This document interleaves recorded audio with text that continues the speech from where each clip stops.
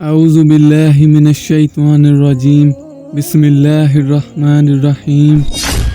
हज़रत अबू सईद बिन मालिक खुदरी रज़ी अल्लाह ताला अन्हो से रावी है कि नबी करीम सल्लल्लाहु अलैहि वसल्लम ने फरमाया, तुमसे पहले गुजरी वाली अक़वाम में से एक शख्स ने 99 आदमियों को कत्ल किया और लोगों से पूछा, इस ज़माना में कौन सबसे बड़ा आलिम फाजिल मौजूद है। लोगों ने एक राहिब के मुतल्लिक बताया। वो उसके पास गया और पूछा कि मैं 99 आदमी कत्ल कर चुका हूँ, क्या मेरे लिए तौबा की गुंजाइश है? तो राहिब ने कहा नहीं। तो उसने उस राहिब को भी कत्ल कर दिया और तादाद पूरी 100 हो गई। फिर पूछा कि रुए ज़मीन पर अब कौन बड़ा आलिम है? तो उसने एक आलिम का पता बताया। वो उनके पास गया और कहा कि मैं 100 अफराद का कत्ल कर चुका हूँ, क्या मेरे लिए तौबा की गुंजाइश है?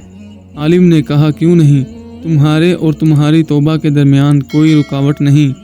तुम फ़लाँ जगह चले जाओ, वहाँ अल्लाह के कुछ बंदे हैं जो अल्लाह की इबादत में मसरूफ़ रहते हैं। तुम भी उनके साथ अल्लाह की इबादत में मसरूफ़ हो जाओ और अपने वतन लौटने का ख्याल दिल से निकाल दो। वो शख्स बताए हुए पते पर रवाना हो गया। राह ही में था कि मौत आ गई। अब रहमत और अजाब के फरिश्ते में बाहम तनाज़ा हुआ कि इसकी रूह कौन कब्ज़ करे। मलाइका रहमत का कहना था कि ये दिल से तौबा करके अल्लाह से लो लगाकर आ रहा था, मगर फरिश्ता अजाब कह रहे थे कि इसने तो ज़िंदगी भर नाम की कोई नेकी नहीं की।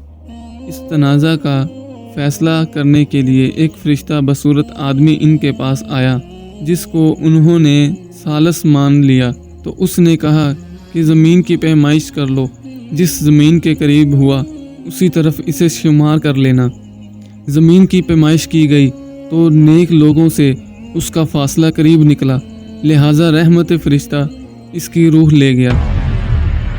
सही रिवायत में है कि नेक लोगों की तरफ इसका फ़ासला बकदर एक बालिश्त करीब था, इसलिए इसको भी इन्हीं में शुमार कर लिया गया।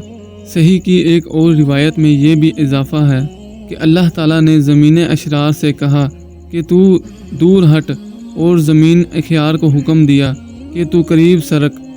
एक और रिवायत में है कि वो मरते मरते सीना के बल सरक कर ज़मीन शर से दूर हो गया। दोस्तों, इस बात पर गौर करें कि अभी वो तौबा करने के लिए अपनी मंजिल पर भी नहीं पहुंचा, सिर्फ उसने दिल से तौबा कर ली तो 100 कत्ल करने के बावजूद भी अल्लाह पाक ने उसे माफ़ कर दिया। इसलिए मुझे और आपको चाहिए कि हम भी अल्लाह पाक से दिल से तौबा कर लें। आखिर में अल्लाह पाक से दुआ है कि अल्लाह पाक हमें समझने की और नेक अमल करने की तौफीक दे। दोस्तों, आज की वीडियो अगर पसंद आई हो तो इसको लाइक ज़रूर करें और चैनल पर नए हो तो इसको सब्सक्राइब कर लें, ताकि इसी तरह की मालूमाती वीडियो आप तक पहुंचती रहे। शुक्रिया, जज़ाकल्लाह।